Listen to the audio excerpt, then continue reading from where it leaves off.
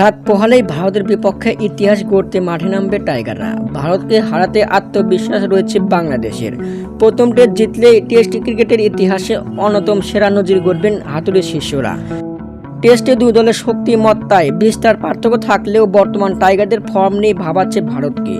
পাকিস্তানকে তাদের ঘরের মাটিতেই ধবলধোলাই করে ভারতের মাটিতে পা দিয়েছে শান্তরা। ভারতকে বধ করবে নাহিদের গতিতে। টাইগারদের স্পিন অ্যাটাকও প্রস্তুত রয়েছে।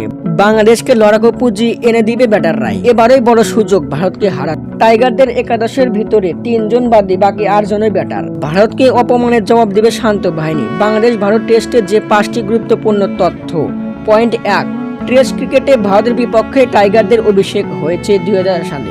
অভিষেক ম্যাচে হারতে হয়েছে টাইগারদের। পয়েন্ট 2, ভারতের বিপক্ষে অভিষেক ম্যাচে প্রথম সেঞ্চুরি করেন আমিনুল ইসলাম। যদিও আরও 5টি রান করতে পারলে 1.5 শতকের রান স্পর্শ করতে পারতেন তিনি।